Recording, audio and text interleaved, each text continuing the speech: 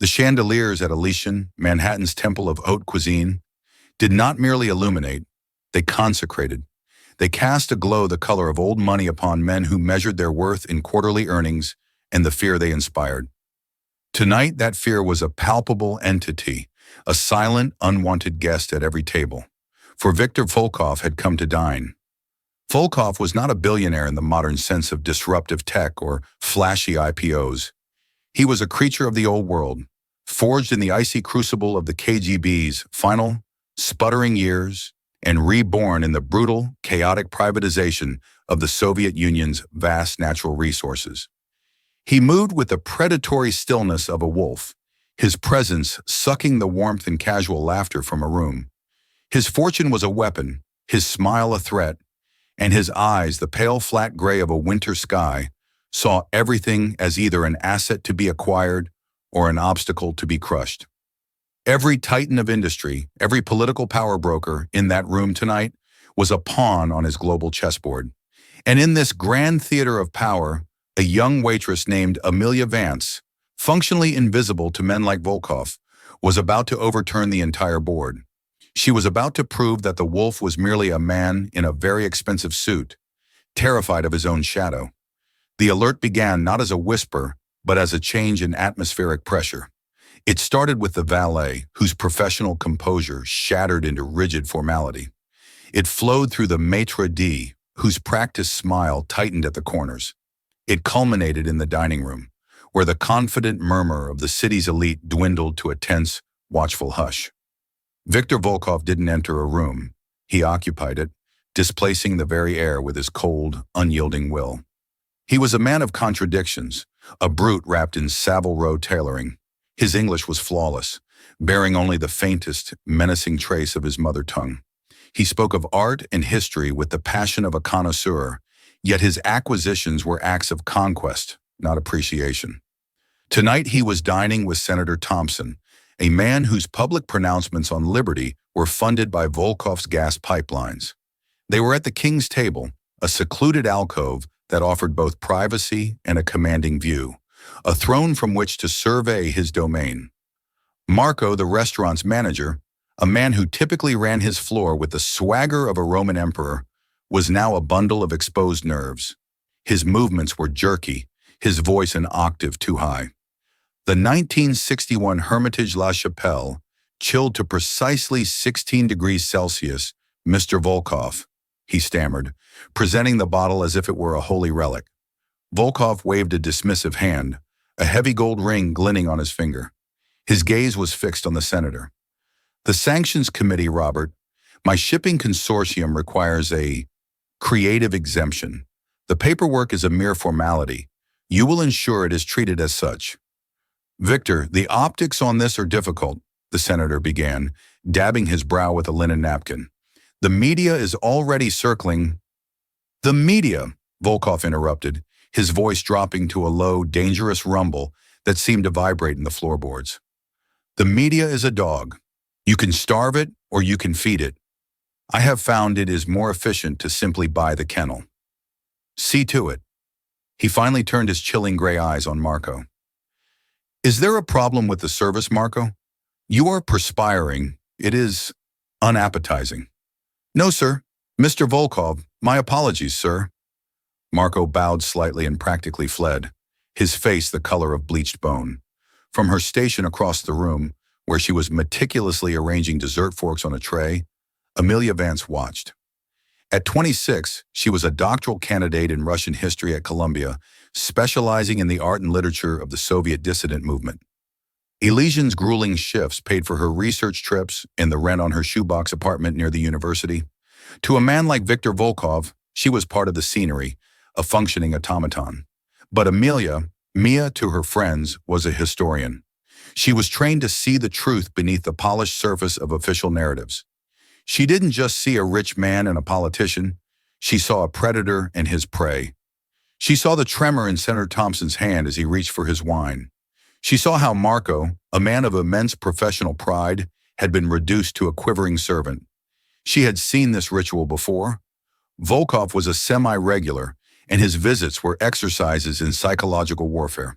He would find an infinitesimal flaw, A wine served a half-degree too warm, a steak with a barely perceptible lack of char, a perceived hesitation in a waiter's response, and he would dissect it with the cold, surgical precision of a KGB interrogator.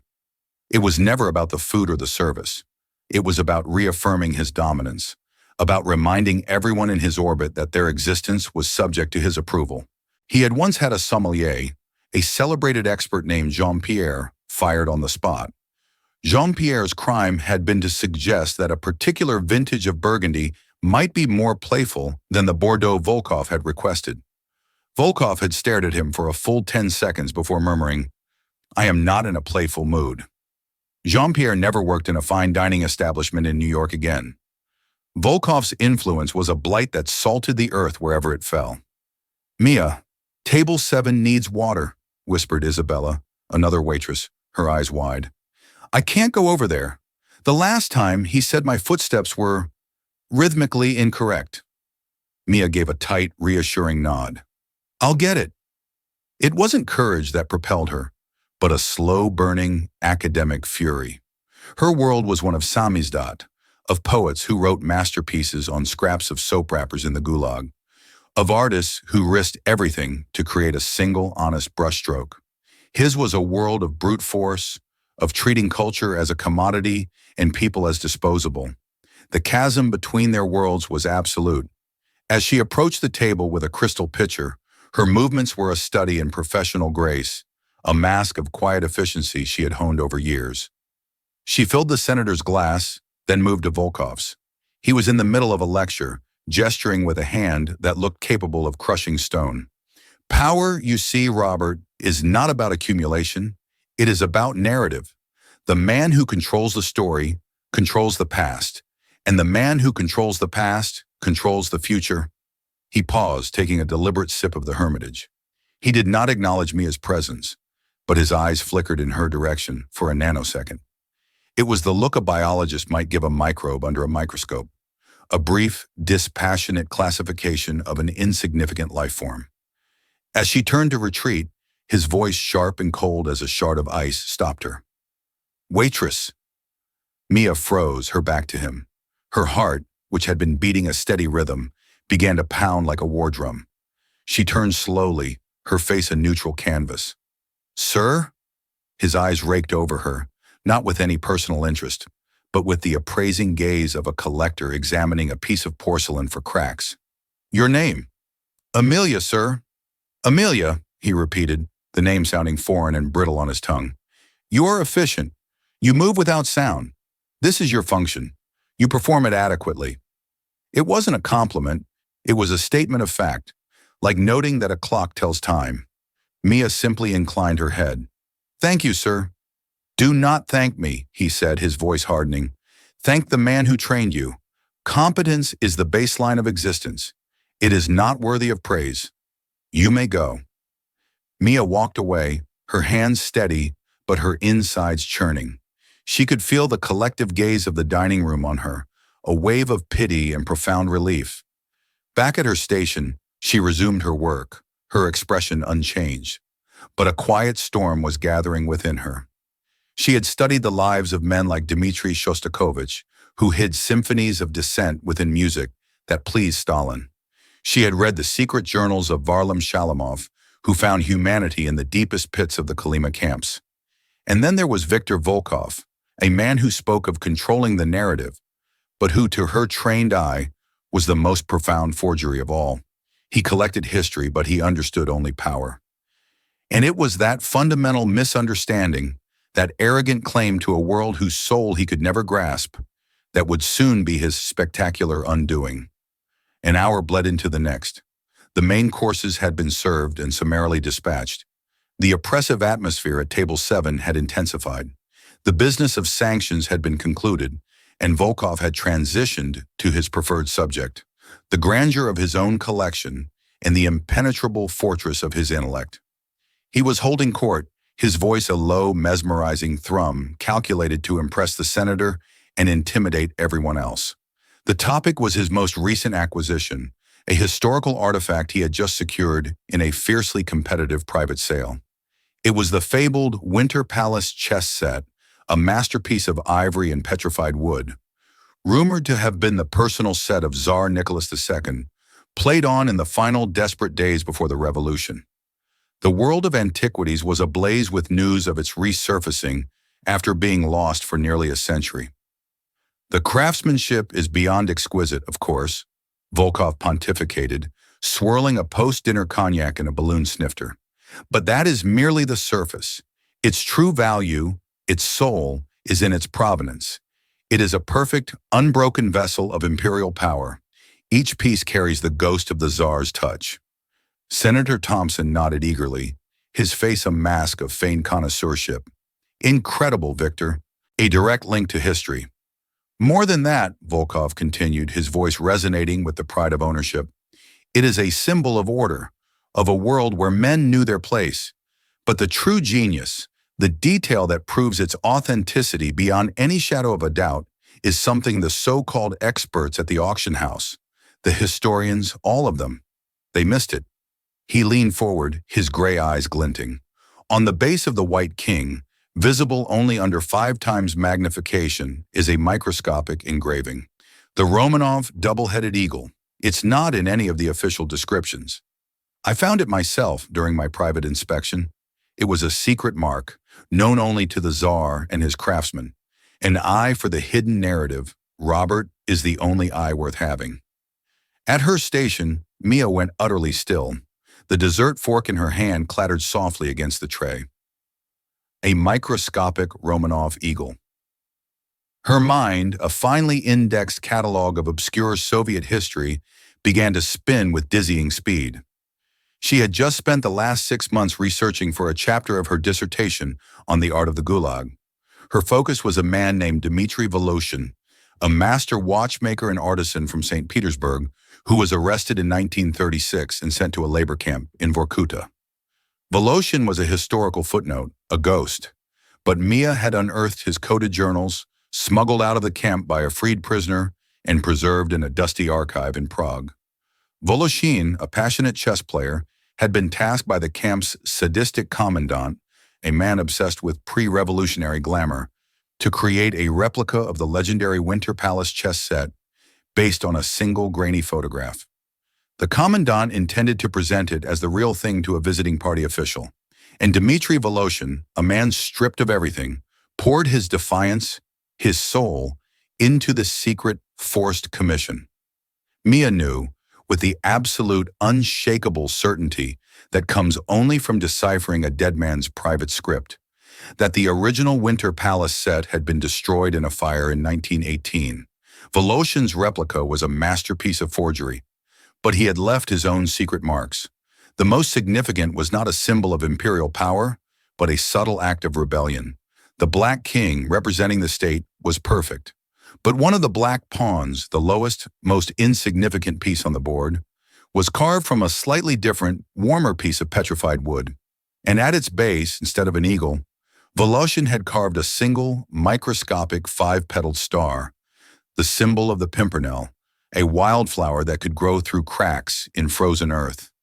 It was a symbol of indestructible life, of the individual spirit against the crushing weight of the state. Viktor Volkov was wrong, not just mistaken.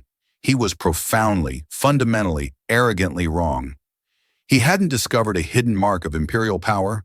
He had invented one. He had concocted a self-aggrandizing fiction to burnish his own legend, to align himself with the czarist power he so admired.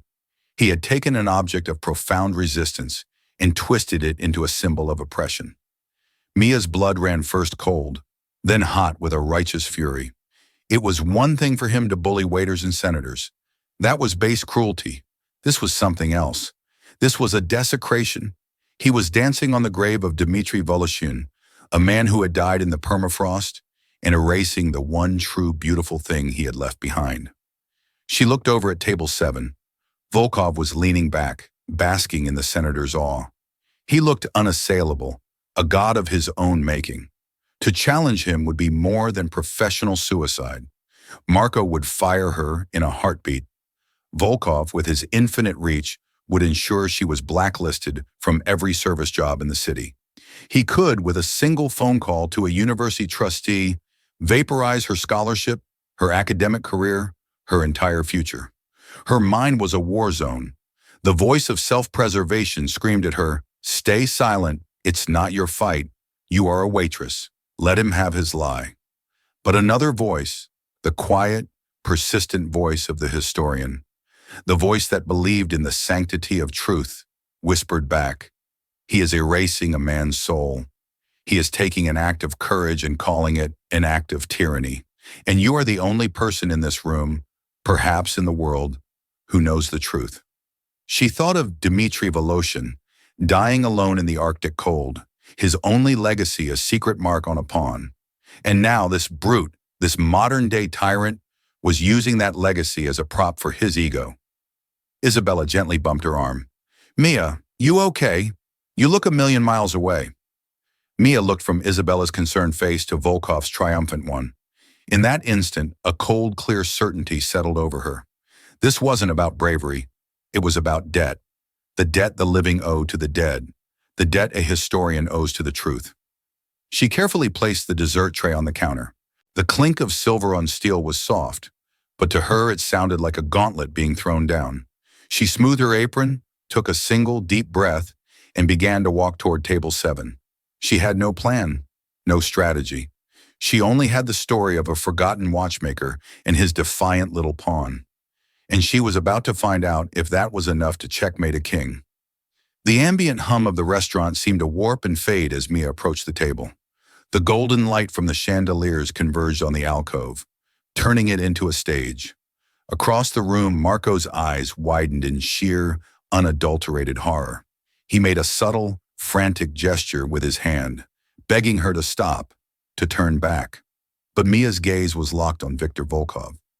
She came to a halt a few feet from the table's edge, a respectful distance, careful not to invade their space. She waited for a fractional pause, a breath between Volkov's pronouncements, a tiny opening she could slip into. It came as he savored a mouthful of cognac. "Mr. Volkov, my apologies for the interruption," she said. Her voice was quiet, yet it sliced through the hushed atmosphere with the clarity of a bell. Volkov lowered his glass, a deep frown creasing his brow. He didn't look at her directly, but glanced at Senator Thompson as if to say, "Witness this absurdity." "I did not call for you," he stated, his voice flat and heavy. "I know, sir. I am sorry to intrude," Mia said, the frantic drumming in her chest a stark contrast to her calm exterior. This was it, the precipice. "I couldn't help but overhear your remarks about the Winter Palace chess set. It's a fascinating piece of history." A flicker of something, amusement perhaps, crossed Volkov's face. He seemed intrigued by the sheer novelty of it, a field mouse challenging a hawk. "Indeed," he said, a condescending smirk playing on his lips. "And what could a waitress possibly know of such things?" "I'm a doctoral candidate at Columbia," Mia said simply, her tone factual, not defensive. "My dissertation is on artisan resistance and symbolic representation in the Soviet Gulag system." Senator Thompson shifted in his seat, his eyes darting between Volkov and Mia. This was a deviation from the knight's carefully orchestrated script of fealty.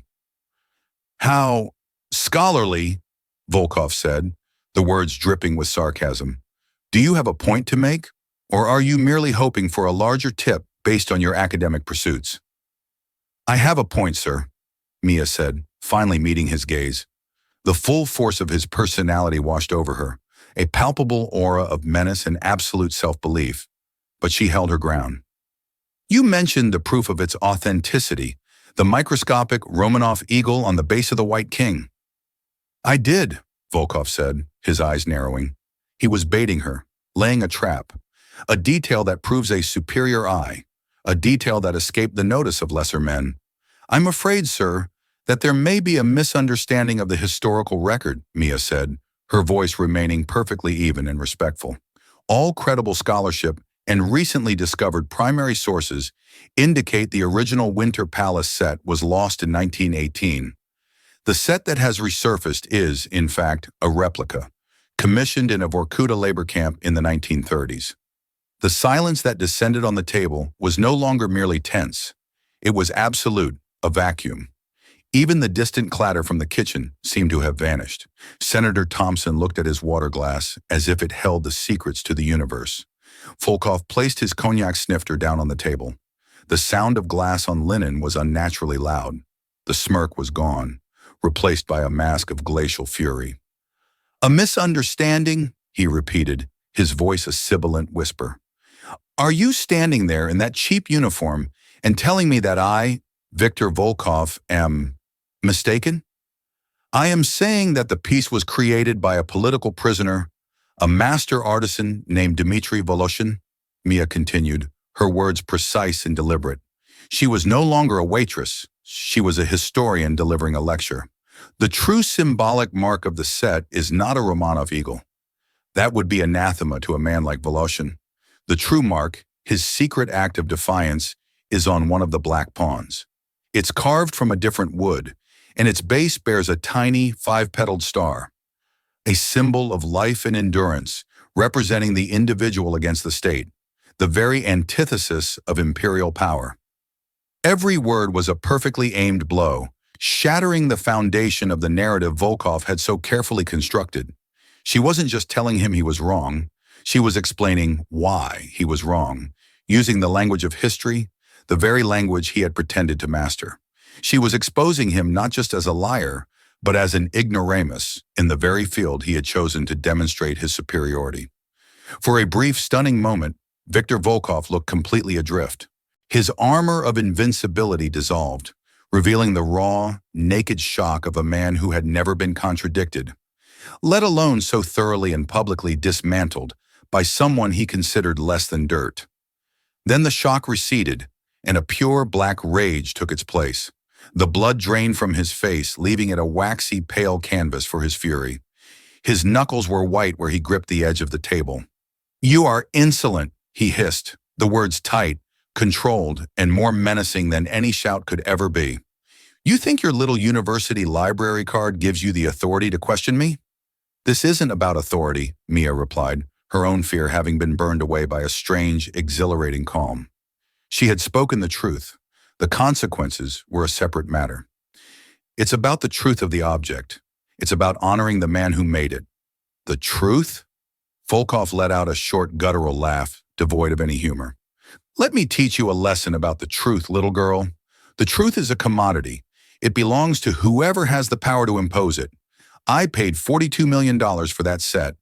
When it sits in my vault, if I say it was carved by God himself and delivered by angels, then that will be its story.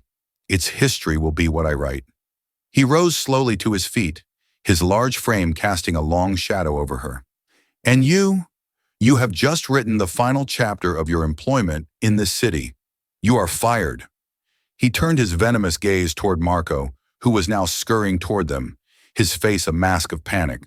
"Marco, get this thing out of my sight and inform her that my legal team will be contacting her university to discuss the reputational damage caused by the slanderous claims of one of its students."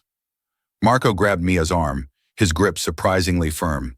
"Miss Vance, you need to come with me, now." He began to pull her away, his only thought to mitigate the cataclysmic damage to his restaurant. But Mia had one final, devastating shot to fire. She looked past Marco, directly into Victor Volkov's furious eyes. "You can buy the object, Mr. Volkov," she said, her voice clear and carrying across the silent, watching room. "You can even invent a story for it, but you can't change what it is. An object of defiance, created by a better man than you, and a tyrant who fears a pawn, is not a king, he is a coward." The word hung in the air. Coward. It was more than an insult. It was a diagnosis. It stripped away the layers of wealth and power and fear and laid bare the terrified core of the man beneath. It reframed him in the eyes of everyone watching. The all-powerful Victor Volkov, a man who built his identity on strength, was afraid of the story of one of the weakest pieces on a chessboard. The color drained from Volkov's face, then returned in a splotchy crimson tide.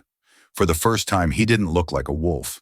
He looked like a playground bully who had just been slapped by the smallest child and had no idea how to respond. His mouth opened, but no sound emerged. His usual weapons, money, intimidation, violence, were useless against the truth she had just deployed. As Marco finally succeeded in pulling Mia toward the kitchen doors, a new sound entered the room. It was not a chuckle, but something far more unnerving. It was a slow, deliberate clap. One single echoing clap, then another, and a third. The sound came from a corner table, where a quiet, distinguished older gentleman named Julian Ashford had been dining alone, observing the entire scene with sharp, analytical eyes. The solitary, rhythmic applause was not mockery. It was an endorsement. It was the sound of one person in a room full of fear acknowledging the truth. It was a crack in the dam of Volkov's authority. And in that moment, the feared Viktor Volkov looked utterly, completely, and undeniably small. The kitchen doors swung shut, abruptly swapping the morgue-like silence of the dining room for the frenetic ballet of a high-end kitchen. The clang of sauté pans, the roar of exhaust fans, and the clipped shouts of the sous chefs formed a wall of sound, insulating them from the fallout. Marco released Mia's arm as if it were red hot. His face was a canvas of conflicting emotions: terror, rage, and a sliver of bewildered awe. "Are you insane, Amelia?" he hissed, his voice a strained whisper despite the surrounding noise. "Do you have a death wish? That's Viktor Volkov. He doesn't just sue people, he erases them. He could have this restaurant's gas and water shut off by morning with 3 phone calls." "He was defiling history, Marco," Mia said, the adrenaline beginning to ebb, leaving a tremor in her hands. "I don't care if he said the moon was made of brie," Marco shot back, raking a hand through his perfectly coiffed hair. "Your job description doesn't include correcting the historical misconceptions of sociopathic oligarchs. It includes taking dessert orders. You're fired. Of course you're fired. I have to fire you. He'll probably fire me anyway. Now get out, please, just go."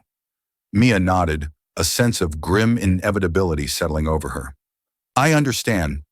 She walked to the cramped staff changing room, each step feeling heavier than the last. The other waiters and bussers studiously avoided her gaze, their silence a mixture of fear and pity. She had become a ghost before she had even left the building. As she changed out of her uniform into her jeans and a worn Columbia sweatshirt, the full weight of her actions descended. It wasn't just a job. It was her tuition, her rent, her tenuous hold on a life in New York, and Volkov's threat about her university. That wasn't just a threat. It was a promise. She exited through the rear door into a grimy alley reeking of garbage and stale champagne. The cool night air was a slap in the face. The distant, glittering spires of Midtown seemed to belong to another planet, a world she had just been violently ejected from. Was the truth worth this? "Miss Vance." The voice was calm, cultured, and came from the deeper shadows of the alley. Mia startled, spinning around. The man who had clapped, Julian Ashford, stepped into the dim light of the exit lamp. He was in his late 60s, dressed in a tweed jacket that had seen better days but was still impeccably tailored. He leaned on a silver-headed cane, though his posture suggested it was more for effect than necessity. His eyes, behind wire-rimmed glasses, were sharp and missed nothing. "Mr. Ashford," she said, recognizing him as a quiet, infrequent regular, who always read a leather-bound book at his table. "Julian, please," he said, a wry, almost sad smile touching his lips. "I felt I owed you more than just applause. What you did in there, that was the bravest thing I have witnessed in 30 years. "Brave or career suicide?" Mia murmured, hugging her arms against the chill. "Oh, it was most certainly career suicide," Julian said, his smile vanishing. "But that doesn't make it any less brave. You did something no one else dared to do. You told the truth to a man who lives in a palace of lies, and he will never, ever forgive you for it." The statement hung in the air, cold and heavy. "It was a warning, not a compliment," he clarified. "I know the man you see. I was once his business associate." Mia looked at him more closely now, seeing past the academic veneer. There was a profound weariness in his face, the ghost of old battles lost. "How do you know him?" Julian sighed, the sound like dry leaves skittering across pavement. "I was an antiquarian, Ashford and Sons. My father started the business. We specialized in Russian artifacts, Fabergé, icons, historical documents. 15 years ago, Volkov was my biggest client. He was building his collection using my expertise. Then one day he decided he didn't want a dealer. He wanted a monopoly. He accused me of selling him a forgery, a minor icon, which I later discovered was planted in his collection by his own people. He used the accusation to launch a series of lawsuits that bled me dry. While I was tied up in court, he systematically poached my clients, bribed my staff, and destroyed my reputation. By the time I was exonerated, Ashford & Sons was bankrupt. He bought my entire remaining inventory, including my father's personal library, for pennies on the dollar at the bankruptcy auction. He called it a market correction. The story settled into place with chilling clarity. Julian Ashford wasn't just an admirer, he was a previous victim, another life erased by Volkov. His quiet dinners at Elysian, a place Volkov frequented, were not a coincidence. They were a quiet, painful vigil. "I'm so sorry," Mia said, the words feeling utterly insufficient. "Don't be," he said, his gaze hardening with a long dormant fire. "Be ready. He will not stop with your job. Your university, he meant that. He will go after your scholarship. He will try to have you expelled for academic fraud. He will investigate your family, your finances. He will find every crack, every weakness, and he will pour acid into it until your life dissolves." A wave of pure, visceral fear washed over Mia, colder than the alley air. This was no longer about a confrontation in a restaurant. This was about survival. "What am I supposed to do?" she asked, her voice a fragile whisper. Julian Ashford looked up and down the dark, wet alley, then back at her. A new light sparked in his sharp eyes, the glint of a strategist returning to the battlefield. "For 15 years, I have been a ghost. A footnote in his biography," he said, his voice low and intense. "I watched him build an empire on lies and brutality, and I did nothing. But tonight, you showed me something I had forgotten. You showed me his weakness. It's not his money, not his political connections. It's his ego, his fraudulent, paper-thin intellectualism. He needs to be the smartest man in the room, the one who sees what others miss." He stepped closer, his presence suddenly charged with purpose. "You cannot fight him with power or money, but you have the one weapon that can destroy him.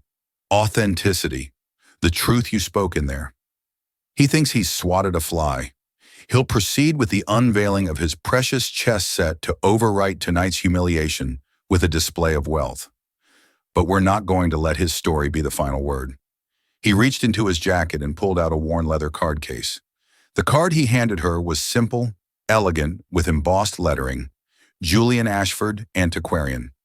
"He's bringing his lie into the light," Julian said, "and we are going to be waiting for him.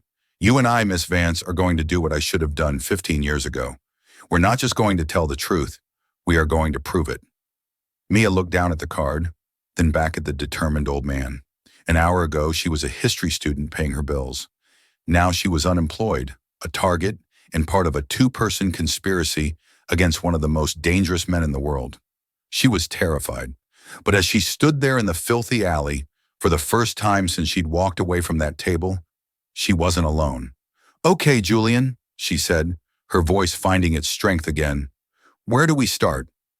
Viktor Volkov's revenge was not an act of passion. It was a campaign of cold, systematic demolition.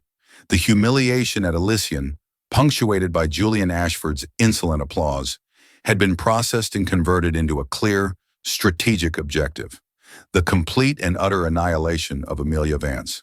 The morning after, the first shells of the siege began to land. At 9:00 a.m., the Dean of Graduate Studies at Columbia received a call from a lawyer representing a major, though discreet, university donor.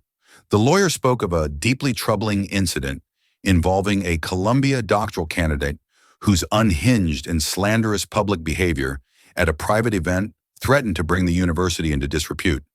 An official inquiry into Amelia Vance's conduct and the validity of her scholarship was strongly suggested. By noon, the second salvo hit. A whisper campaign, seeded by Volkov's PR firm, began to circulate through the academic world. Rumors of Mia falsifying sources in her research, of plagiarism in her master's thesis, began to appear on obscure academic blogs and forums, all of it vague and deniable, but poisonous enough to cast a shadow over her future. The most direct attack came in the form of an eviction notice. The holding company that owned her apartment building was suddenly acquired by a shell corporation traced back to Volkov's portfolio.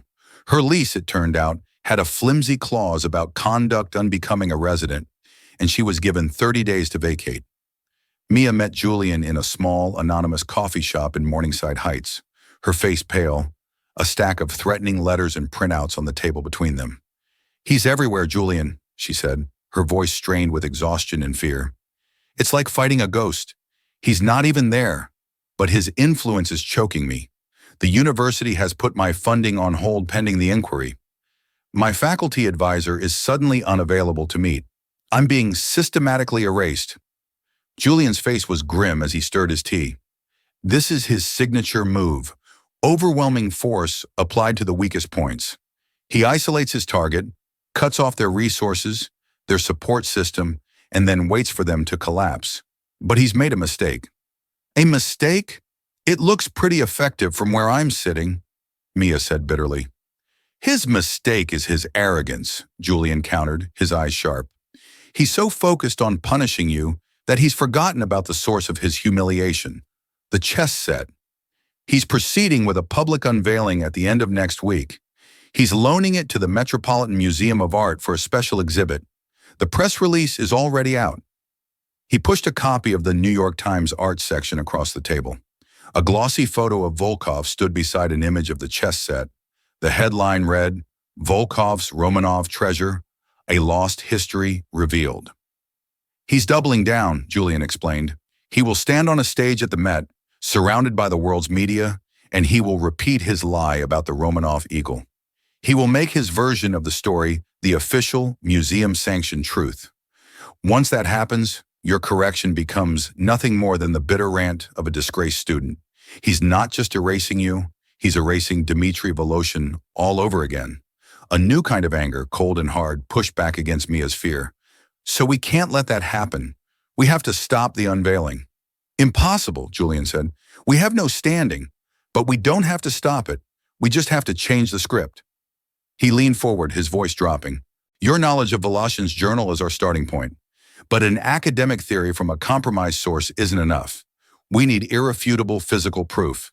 We need something the Met's curators and the world's press cannot ignore. We need to fight his narrative with a better, truer one." Their war room became the dusty, book-lined study of Julian's Upper West Side apartment, a fortress of old paper and forgotten histories. While Volkov's lawyers drafted legal threats, Mia and Julian drafted a timeline of Dmitry Voloshin's life.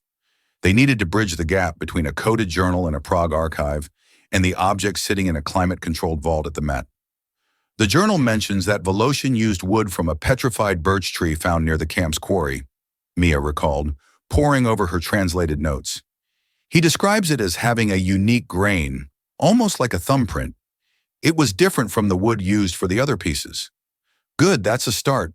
A geological fingerprint," Julian mused. "But we need more. We need a human connection."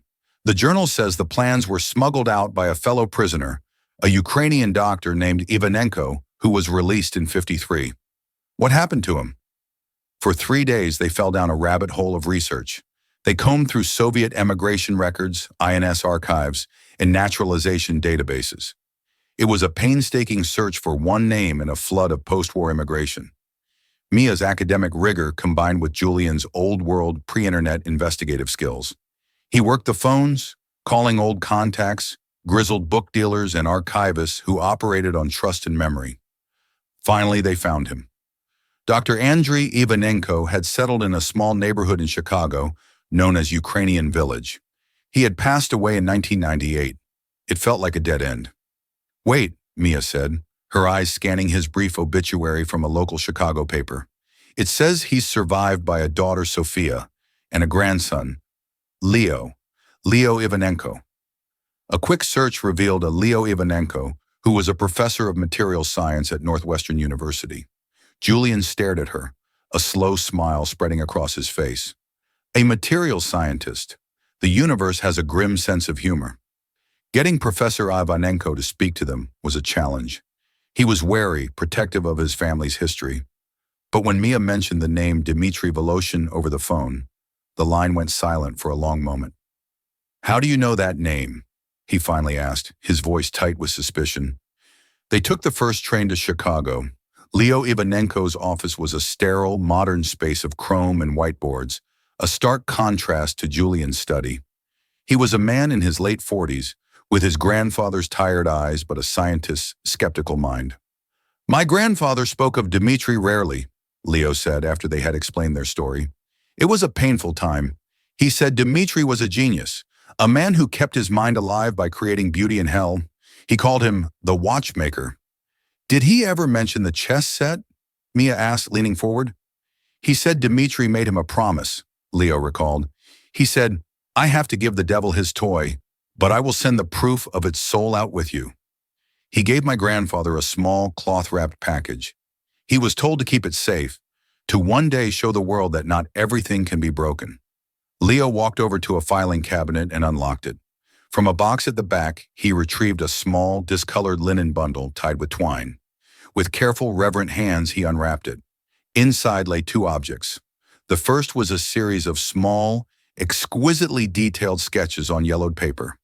They were Voloshin's original drawings for the set. One page showed a close-up of a pawn's base, with a clear drawing of the five-petaled pimpernel star and notes on its symbolism. Another page detailed the molecular structure of the petrified birch wood, with annotations that only a scientist could fully appreciate. The second object made me a gasp. It was a single black chess pawn. "It's the prototype," Leo said softly. "The one Dmitri carved to perfect his design before making the final piece for the set. My grandfather brought it with him from Vorkuta.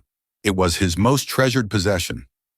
Julian picked up the pawn, his antiquarian's hands examining it with a gentle touch. He turned it over. There on the bottom, so small it was barely visible to the naked eye, was the star. "Leo," Julian said, his voice thick with emotion as he looked at the scientific drawings. "With your expertise, could you verify that the wood of this pawn matches the unique petrified birch described in these notes? And could you, in theory, identify that same wood in another piece, say from a high-resolution photograph?" A slow, dawning understanding spread across Leo Ivanenko's face. He looked at the pawn, the legacy of a man his grandfather had loved, and then at the determined faces of the historian and the antiquarian. The scientist's skepticism was replaced by a son's duty. "The molecular structure of petrified wood is as unique as a fingerprint," he said, a new resolve in his voice. "If the Met's photographers can provide a sufficiently detailed image of the pawn in their set, I can write a sworn affidavit with full spectral analysis that would be scientifically irrefutable. We can prove its origin. We can tell the watchmaker's story." The siege was no longer about them. Volkov was bombarding Mia with legal notices and threats, but she, Julian, and now Leo were preparing a counter-offensive. They were not armed with wealth or influence. They were armed with a pawn, a set of drawings, and the unshakable, verifiable truth. The stage at the Metropolitan Museum was set for a coronation, but they were about to turn it into a courtroom. The Met's Uris Center for Education was a theater of understated power, packed with a curated audience of art critics, philanthropists, and media personalities. On stage, bathed in a soft, reverential light, stood Viktor Volkov, the museum director, and on a velvet pedestal, the Winter Palace chess set. It was magnificent, a work of dark, brooding beauty. Volkov was at the podium, his voice resonating with faux humility and intellectual pride. This was the moment he had orchestrated to permanently erase the humiliation at Elysian. This was his checkmate. "An object like this is not merely owned," Volkov purred into the microphone, his gaze sweeping across the rapt audience. "It is curated. It is understood. For decades, its true story lay dormant, waiting for an eye capable of seeing past the surface. The historians saw only a game. The experts saw only ivory and wood. But I saw the truth." He paused for dramatic effect. A secret mark, a microscopic Romanov eagle, the personal seal of the Tsar, hidden on the king. A symbol of absolute divine authority, a whisper from a lost world of order and greatness.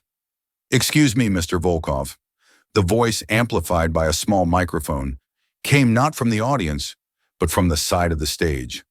The crowd turned. Amelia Vance and Julian Ashford stood there, calm and resolute. Behind them, a man in a crisp suit held a briefcase. The museum's security guards started forward, but Julian held up a hand. "We have been credentialed by your curatorial department," Julian announced, his voice steady. "We are here to present new, authenticated research pertinent to the object on display." Volkov's face, which had been a mask of magnanimous triumph, froze. A flicker of disbelief, then pure, undiluted fury flashed in his gray eyes. "This is a private event," he snarled. "Security, remove them." "We have a court order, Victor," Julian said calmly, "mandating that our evidence be presented. It seems a judge agreed that historical truth takes precedence over a donor's ego." The museum director, caught in a crossfire, looked helplessly between his powerful patron and the legal document Julian's lawyer was now handing him. The reporters in the room, smelling blood, surged forward, cameras flashing, microphones extended. Mia stepped up to a second podium, which had been discreetly placed there by their lawyer.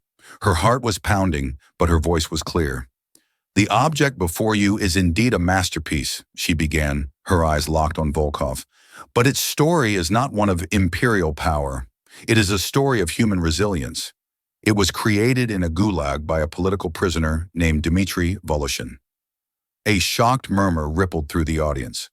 Volkov's face was a thundercloud. "Mr. Volkov's claim of a Romanov eagle is a fantasy," Mia continued, her voice gaining strength. "A fiction designed to bolster a false narrative. The true artist's mark, his secret signature, is not on the king. It is on a pawn." She gestured to the screen behind the stage. An image appeared, a high-resolution photograph of one of the black pawns from the set. "If your curators would be so kind as to place this pawn under a digital microscope," she requested. Flustered, the director nodded to a white-gloved curator who carefully did as instructed. The image on the screen zoomed in on the pawn's base. It was not smooth. There, clear as day, was a tiny, exquisitely carved five-petaled star. A collective gasp went through the room. "And now," Mia said, her voice ringing with quiet triumph, "for the confirmation." The man with the briefcase stepped forward. "I am Professor Leo Ivanenko of Northwestern University. My grandfather was Dmitry Voloshin's friend in the Vorkuta camp. He smuggled out Dmitry's original drawings and a prototype of that very pawn." The screen split. On one side was the live image from the Met's microscope.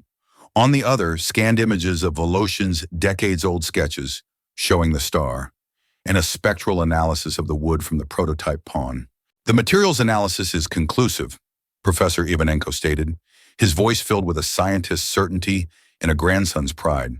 "The wood grain, the mineral deposits, the cellular decay of the prototype are a perfect match to the pawn on that stage. This is not a Romanov relic. This is a monument to the endurance of the human spirit. It is Dmitry Voloshin's masterpiece." The room erupted. The narrative had not just been corrected, it had been shattered and rebuilt. Volkov's grand story of imperial power was exposed as a pathetic, self-serving lie. His $42 million trophy was now a symbol of his own fraudulence. He stood at the podium, utterly alone, the flashes of the cameras like machine gun fire. He was trapped, exposed, and intellectually naked. All the money, all the power, all the fear he commanded could not change the image on the screen. The truth of the pawn had checkmated the king. He didn't rage. He didn't speak. He simply stared at the tiny star on the screen, the symbol of the very thing he had spent his life trying to crush, the defiant, unbreakable spirit of a single, insignificant man. Then, without a word, Viktor Volkov turned and walked off the stage, past the cameras and the astonished faces, a hollowed-out emperor with no clothes. The fallout from the Met unveiling was not a sudden explosion, but a slow, grinding collapse. The story of Volkov's Pawn's Gambit, as one headline called it, became a legend in the intersecting worlds of art, finance, and politics. The lie was so audacious, its public refutation so complete, that it did more damage to his mystique than any financial crime could have. The aura of the infallible, all-seeing mastermind was gone, replaced by the image of a petty tyrant and a cultural fraud. His empire did not crumble, but it began to erode. Competitors, sensing weakness, grew more aggressive. Politicians, fearing the stain of his now public disgrace, began to distance themselves. The fear he had cultivated for decades curdled into contempt. The inquiry at Columbia into Mia's conduct was quietly and permanently dropped. A week later, she was informed that a new, fully endowed fellowship for the study of suppressed historical narratives had been created in her name, funded by an anonymous consortium that Julian hinted was made up of several of Volkov's gleeful rivals. She finished her dissertation, which became a celebrated book, The Watchmaker's Star: Art and Resistance in the Soviet Gulag. Elysian survived. Marco, humbled and with a newfound appreciation for his staff's hidden depths, sent Mia a case of the finest Burgundy with a simple one-line note. "The moon is not made of brie. My apologies." Julian Ashford found a purpose that had eluded him for 15 years. Working with Leo Ivanenko and the Voloshin family, he established a foundation dedicated to identifying, preserving, and exhibiting the works of dissident and oppressed artists from around the world. He didn't get his old life back, but he built a new one with a soul. The chess set, its true story now its official provenance, became one of the Met's most popular exhibits. The plaque beside it no longer mentioned czars or eagles. It told the story of Dmitry Voloshin, a watchmaker who, in the face of absolute tyranny, carved a star on a pawn, a quiet insistence that even the smallest piece on the board has a story worth telling, and a power all its own. Mia had shown the world that true power is not the ability to impose a narrative, but the courage to reveal the truth, proving that a single, well-told story can be the most potent weapon against a fortress of lies.